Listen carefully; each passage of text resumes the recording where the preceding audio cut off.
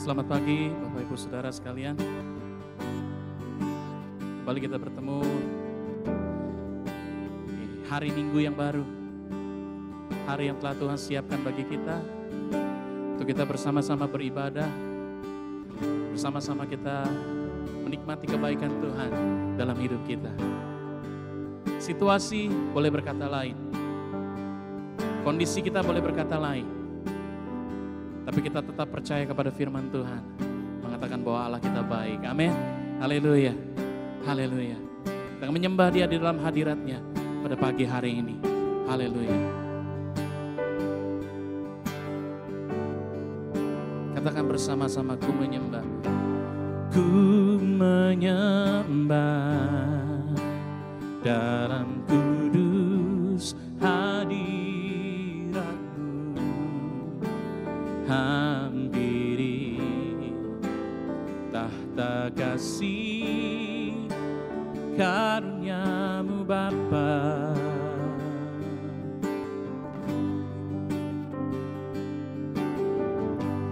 Kekuatanku hanya dalam hadirat-Mu, Yesusku. Hanya Kaulah segalanya.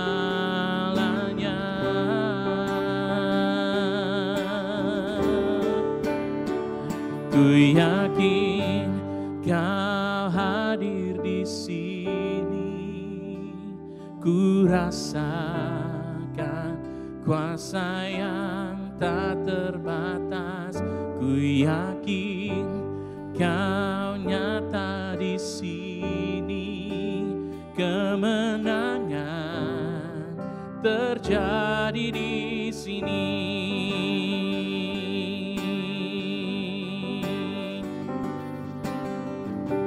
Oh, haleluya. Ku menyembah dalam kudus hadirat-Mu. Hampiri tahta kasih karunia-Mu Bapa.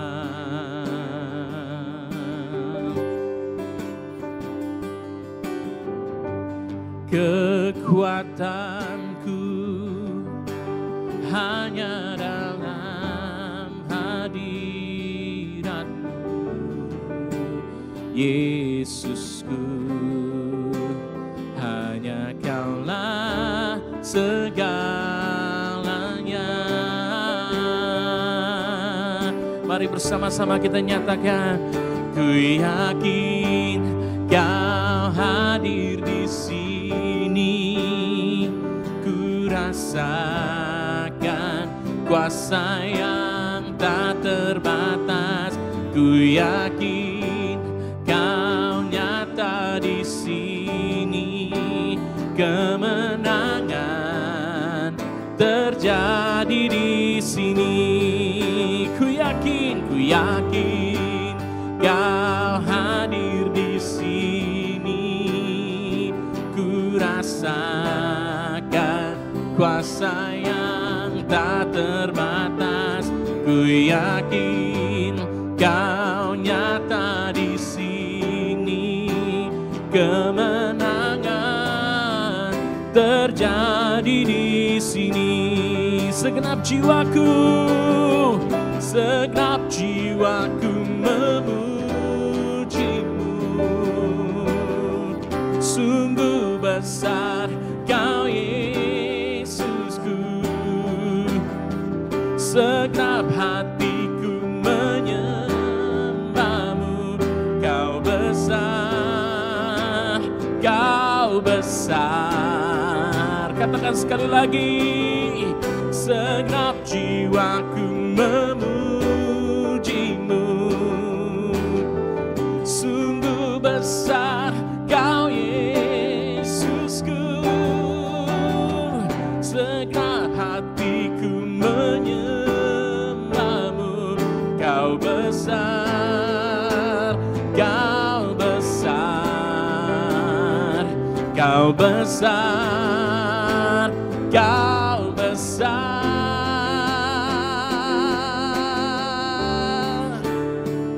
Ku yakin Kau hadir di sini.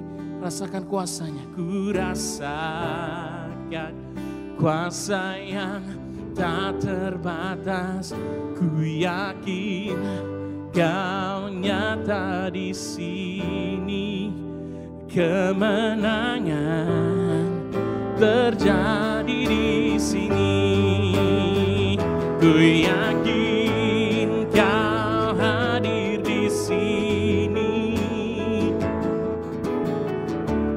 Oh, kuasa yang tak terbatas. Ku yakin Kau nyata di sini.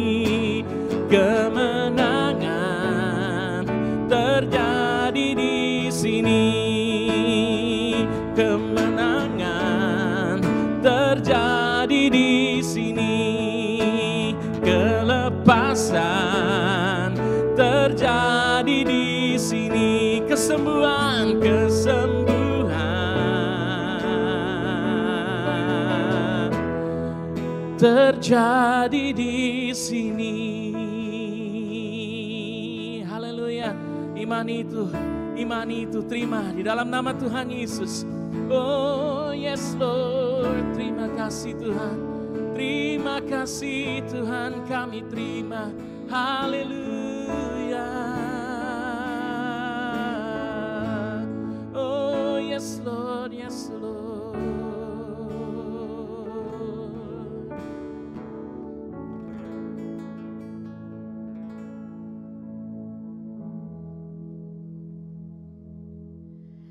Saya mengucapkan selamat hari Minggu kepada para pemirsa, Bapak, Ibu, Saudara-saudari sekalian yang sedang menonton acara ibadah Karismatik City Church. Seminggu sudah kita merayakan hari kemenangan umat Kristen, yaitu hari kebangkitan Tuhan kita Yesus Kristus. Seharusnya kita sebagai umat tebusan Tuhan dapat menatap hari ini dan hari esok dengan tatapan kemenangan karena panglima kita yaitu Tuhan Yesus Kristus sudah mengalahkan maut. Namun pengaruh dari virus corona masih menghantui umat manusia di seluruh dunia. Ada rasa takut, khawatir, putus asa yang berkecamuk silih berganti di setiap hati umat manusia.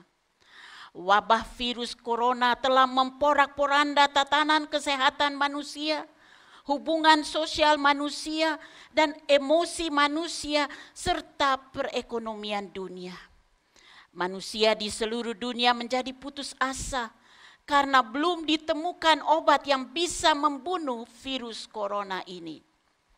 Semua pihak menjadi prihatin dan berusaha untuk bisa membebaskan diri dari ganasnya virus corona yang bisa menghancurkan paru-paru manusia dalam hitungan hari saja.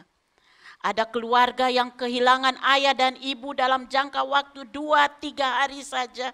Bahkan anak-anak mereka juga terjangkit dengan virus corona sehingga harus dimasukkan dalam ruangan yang steril. Keluarga-keluarga berusaha melindungi anggota keluarga mereka dari wabah virus corona dengan berbagai macam cara. Para medis yang merawat penderita akibat virus corona harus bekerja ekstra keras dan tetap berhati-hati. Namun ada juga para medis, dokter dan juru rawat yang terjangkit virus corona ini dan harus mengakhiri karir mereka di dunia ini alias meninggalkan dunia ini. Amat menyedihkan sekali. Keputusasaan mewarnai wajah-wajah di seluruh dunia. Apa arti keputusasaan itu? Keputusasaan artinya tidak punya harapan lagi. Namun pertanyaannya sekarang, apakah kita akan membiarkan keputusasaan menguasai hati kita? Padahal Tuhan telah datang ke dalam dunia ini membawa pengharapan bagi kita yang percaya kepadanya. Hari ini judul khotbah saya yaitu Penyataan Yesus memerdekakan kita dari keputusasaan. Khotbah saya dialaskan pada Lukas pasal 24 ayat 13 sampai ayat 35, di mana cerita dari perikop ini tentang 2 orang murid Yesus yang berjalan ke Emmaus. Kita tidak akan membaca semua ayat itu, tapi saya akan membaca beberapa ayat 13 sampai ayat 17a. Pada hari itu juga 2 orang dari murid-murid Yesus pergi ke sebuah kampung bernama Emmaus yang terletak kira-kira 7 mil jauhnya dari Yerusalem. Dan mereka bercakap-cakap tentang segala sesuatu yang telah terjadi. Ketika mereka sedang bercakap-cakap dan bertukar pikiran, datanglah Yesus sendiri mendekati mereka, lalu berjalan bersama-sama dengan mereka. Tetapi ada sesuatu yang menghalangi mata mereka, sehingga mereka tidak dapat mengenal Dia. Yesus berkata kepada mereka, "Apakah yang kamu percakapkan sementara kamu berjalan?" Dari pembacaan ini kita baca, Yesus datang menghampiri kedua muridnya dan bertanya kepada mereka, "Apakah yang kamu percakapkan sementara kamu berjalan?" Sebetulnya Tuhan Yesus tahu dengan tepat apa yang sedang dipercakapkan. Tapi Yesus dengan sengaja bertanya kepada mereka untuk memulai percakapan dengan kedua muridnya itu. Jarak Yerusalem ke Emmaus sekitar 7 mil atau 11 kilo dan bisa ditempuh dalam 2 jam berjalan kaki. Hal yang indah yang kita lihat di sini, ternyata Yesus ingin mendampingi perjalanan kedua muridnya sambil bercakap-cakap tentang peristiwa yang baru saja menghebohkan penduduk kota Yerusalem. Yesus ingin agar kedua muridnya mengungkapkan kesedihan dan keraguan yang sedang berkecamuk di hati mereka. Yesus ingin membuat waktu 2 jam yang ditempuh menjadi waktu yang berkualitas untuk menyertai mereka dalam menjalani proses penyembuhan. Hal ini sesuai dengan apa yang Yesus pernah ungkapkan di Matius pasal 18 ayat 20. Sebab di mana 2 atau 3 orang berkumpul dalam namaku, di situ aku ada di tengah-tengah mereka. Ternyata Yesus mau menyertai dan bersekutu dengan kita bukan saja waktu kita beribadah di gereja, tapi juga waktu kita sedang dalam perjalanan atau waktu kita beribadah di rumah masing-masing seperti saat ini. Yesus juga mau hadir dan berfellowship dengan kita. Kembali kepada 2 orang murid yang sedang melakukan perjalanan ke Emmaus. Ternyata kehadiran Yesus tidak dikenal oleh kedua orang muridnya. Karena ayat tadi berkata ada sesuatu yang menghalangi mata mereka. Firman Tuhan tidak menjelaskan apa yang dimaksudkan dengan sesuatu yang menghalangi mata mereka. Kadang-kadang kesedihan yang mendalam atau keputusasaan yang mendalam membuat kita tidak menyadari kehadiran Yesus. Hal ini juga dialami oleh Maria Magdalena yang menangis sedih dekat kuburan Yesus.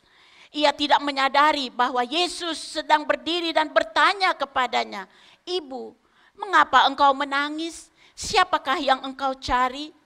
Maria menyangka Yesus adalah penunggu taman. Kembali kedua orang murid Yesus ini, setelah Yesus menanyakan pertanyaan tadi, kedua murid itu mengungkapkan keputusasaan mereka kepada Yesus. Itu dapat kita baca dalam Lukas 24 ayat 18 sampai ayat 21a. Seorang dari mereka namanya Kleopas menjawabnya, "Adakah engkau satu-satunya orang asing di Yerusalem yang tidak tahu apa yang terjadi di situ pada hari-hari belakangan ini?" Katanya kepada mereka, "Apakah itu?"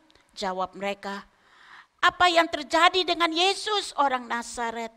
Dia adalah seorang nabi yang berkuasa dalam pekerjaan dan perkataan di hadapan Allah dan di depan seluruh bangsa kami. Tetapi imam-imam kepala dan pemimpin-pemimpin kami telah menyerahkan dia untuk dihukum mati dan mereka telah menyalibkannya. Padahal kami dahulu mengharapkan bahwa dialah yang datang untuk membebaskan bangsa Israel." Apa yang sedang dialami oleh kedua murid Yesus ini? Telah terjadi benturan keras antara harapan dan kenyataan. Impian masa lalu dengan kenyataan di hari ini. Mereka baru saja mengeluh-elukan Yesus waktu ia menunggangi keledai memasuki Yerusalem. Ada ungkapan sorak-sorai kegembiraan akan kehadiran Yesus sebagai Raja yang akan membebaskan bangsa Israel dari penjajahan Roma. Tapi Tuhan, kenapa hal ini harus terjadi? Kesalahan apa yang sudah dilakukan Yesus sehingga ia harus dihukum mati dengan cara yang amat hina dan mengerikan? Ungkapan keputusasaan ini bisa saja menimpa kita hari-hari ini. Mungkin kita bertanya kepada Tuhan, Tuhan, mengapa Engkau mengizinkan virus corona merajalela di dunia ini sehingga banyak korban telah berjatuhan? Kami, bahkan dunia, belum siap menghadapi serangan dari virus corona ini karena datangnya begitu tiba-tiba. Padahal negara-negara berkembang sedang berlomba memajukan negaranya untuk menghadapi zaman milenial, zaman now yang fantastik.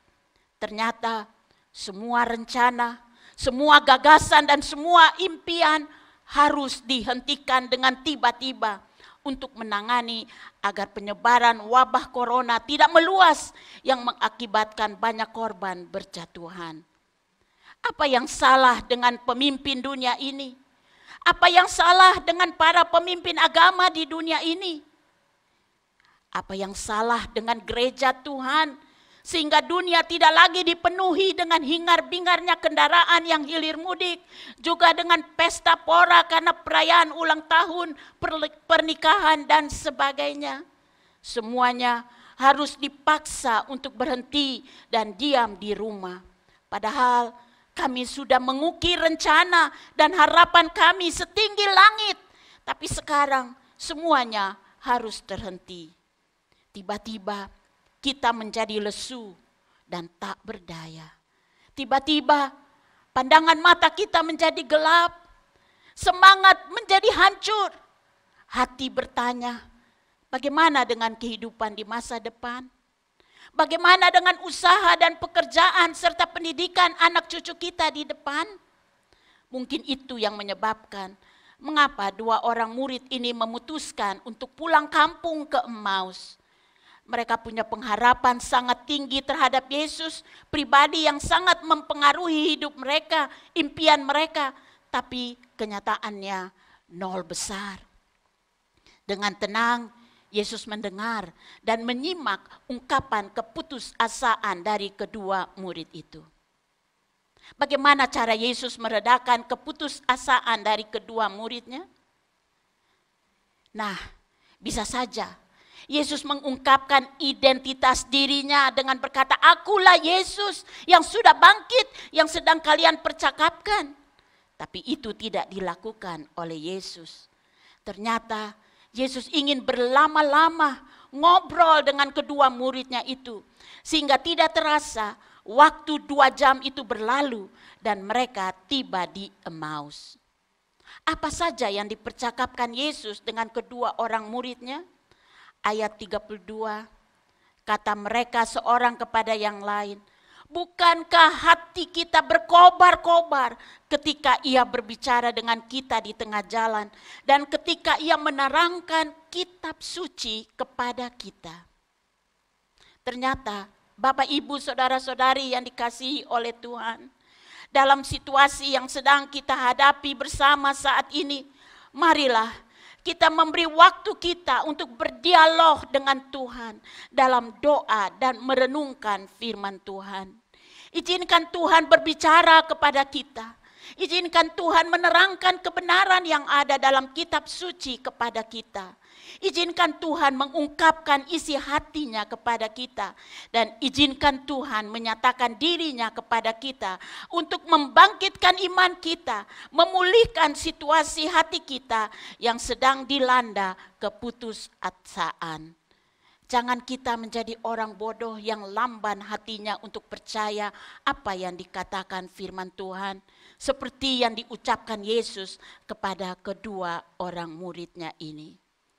Sebelum saya melanjutkan khotbah saya ingin agar kita menyanyikan lagu yang mengatakan tinggal sertaku.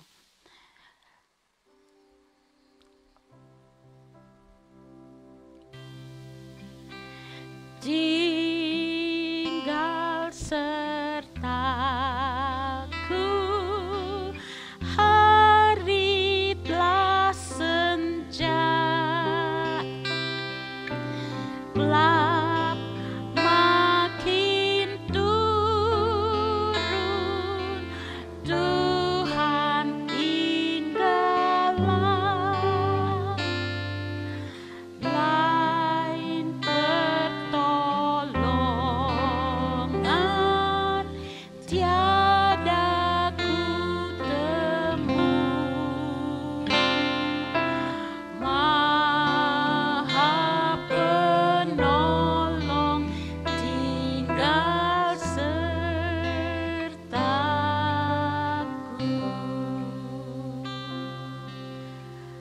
Lagu ini merupakan undangan dari kedua orang murid Yesus.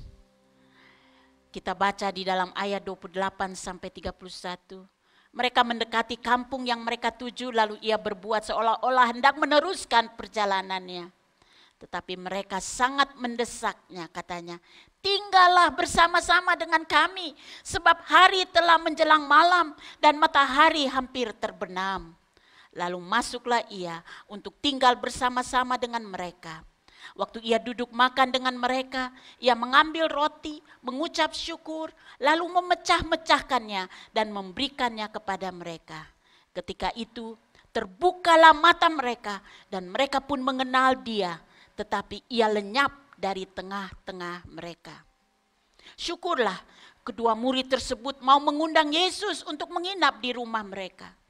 Percakapan antara Yesus dengan kedua orang muridnya telah membuat hati kedua muridnya itu berkobar-kobar, membara dengan harapan untuk sesuatu yang lebih baik di masa depan. Pada saat Yesus mengucap berkat lalu memecah-mecahkan roti dan memberikannya kepada mereka, maka ketika itu terbukalah mata mereka dan mereka mengenal dia. Kadang Yesus menyatakan dirinya melalui peristiwa-peristiwa yang biasa ia lakukan kepada kita. Untuk Maria Magdalena, Yesus menyatakan dirinya dengan menyebut namanya Maria. Untuk kedua muridnya ini, Yesus menyatakan dirinya dengan mengucapkan berkat dan memecahkan roti lalu memberikannya kepada mereka. Ini merupakan kebiasaan yang Yesus lakukan pada waktu ia masih bersama-sama dengan mereka melayani selama 3,5 tahun. Bagaimana kita bisa mengenal dia? Kita harus memiliki kepekaan rohani untuk mengenal kehadirannya dalam hidup kita secara pribadi. Yesus ingin menyatakan dirinya kepada kita sesuai dengan kepekaan kita akan kehadirannya. Setelah Yesus lenyap dari pandangan mereka, maka ayat 33a mengatakan, lalu bangunlah mereka dan terus kembali ke Yerusalem. Di situ mereka mendapati ke-11 murid itu. Bayangkan saudara-saudara, dari Yerusalem ke Emmaus itu jaraknya sekitar 11 kilo. Mereka pasti capek dan pegal-pegal setelah menempuh perjalanan yang cukup panjang ini. Akan tetapi, begitu mereka tahu bahwa Yesus benar-benar sudah bangkit dan telah berjalan dan bercakap-cakap dengan mereka, maka semangat yang tadinya mulai padam sekarang berkobar-kobar lagi. Bayangkan 11 kilometer berangkat ditambah dengan 11 kilometer balik lagi ke Yerusalem, total 22 kilometer dalam sekali jalan. Mereka lupa capek, lupa yang pegal-pegal itu. Kenapa? Karena mereka telah menemukan kembali sumber semangat hidup mereka. Kita sebenarnya tidak jauh berbeda dengan kedua murid Yesus ini. Saat harapan dan kenyataan tidak sesuai, saat bahan bakar semangat kehidupan kita ini hampir habis, Saat kita mulai ragu terhadap kuasa Tuhan. Saat kita mulai berpikir, ini saatnya berhenti. Lalu apa yang akan kita perbuat? Apakah yang akan terjadi selanjutnya dengan kehidupan kita? Bagaimana pula kehidupan mereka yang ada di sekitar hidup kita? Jangan sampai Tuhan mengatakan kepada kita seperti yang Ia ucapkan kepada kedua muridnya. Hai kamu orang bodoh, betapa lambannya hatimu sehingga kamu tidak percaya segala sesuatu. Kita semua seperti kedua murid Yesus yang sedang dalam perjalanan kita ke Emmaus masa depan. Bersyukurlah sebab ada seorang sahabat yang setia, yaitu Yesus, yang datang mendekat untuk menemani kita menempuh perjalanan yang penuh dengan kebingungan dan keputusasaan. Ia bertanya tentang apa yang terjadi dengan diri kita, apa yang kita risaukan atau cemaskan, dan apa yang membuat kita putus asa dan hilang harapan. Lalu ia mengucapkan harapan-harapan yang sudah hampir kita lupakan, atau mengucapkan kata-kata penghiburan yang mungkin pernah kita dengar dalam hidup, tapi kita jadi orang yang lamban mendengarkan, atau jadi orang yang bodoh karena tidak mau mendengarkannya dengan baik. Undanglah Yesus, sahabat yang setia itu, untuk menginap dalam rumah tangga kita, dalam keluarga kita, karena Ia sanggup dan berkuasa untuk memberikan keselamatan, ketenangan, kelegaan, harapan dan semangat yang baru untuk melangkah maju menapak hari depan yang cerah dan penuh harapan. Untuk mengakhiri khotbah saya akan membacakan sebuah kutipan dari Claire dan Kurt Cloninger. Anggaplah kehidupanmu sebagai sebuah hutan belantara dan Yesus adalah pembimbingmu. Yesus tidak akan mengubah hutan belantara itu menjadi Disneyland. Namun Yesus akan membimbingmu melewati hutan belantara itu. Manakala hidupmu menjadi tidak menentu karena berbagai macam hal, janganlah takut. Melekatlah dengan erat kepada Yesus, karena Yesus Tuhan yang hidup itu akan membantumu melewatinya.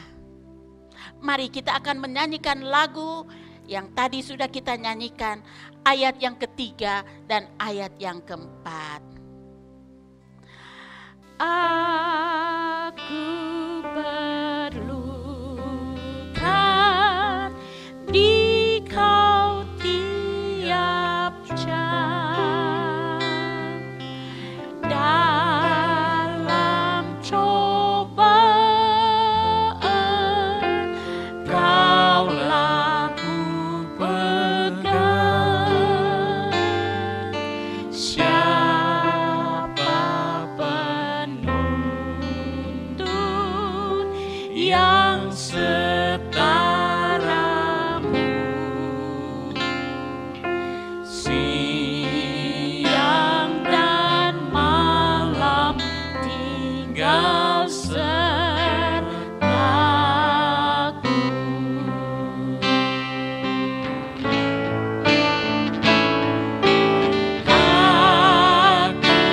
tak takut karena Kau dekat. Susah tak pahit, duka tak berat. Ku dan mau di mana jayamu, Tuhan yang bangkit tinggal sertaku.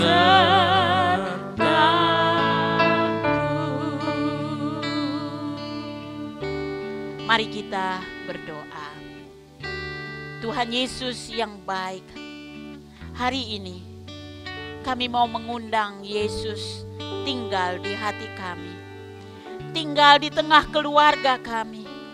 Tinggallah dan bertahtalah di tengah-tengah bangsa kami. Jadilah sahabat yang setia bagi kami, dimanapun kami berada, di mana kami dapat berbagi suka dan duka bersamamu. Immanuel, Allah menyertai kita semua.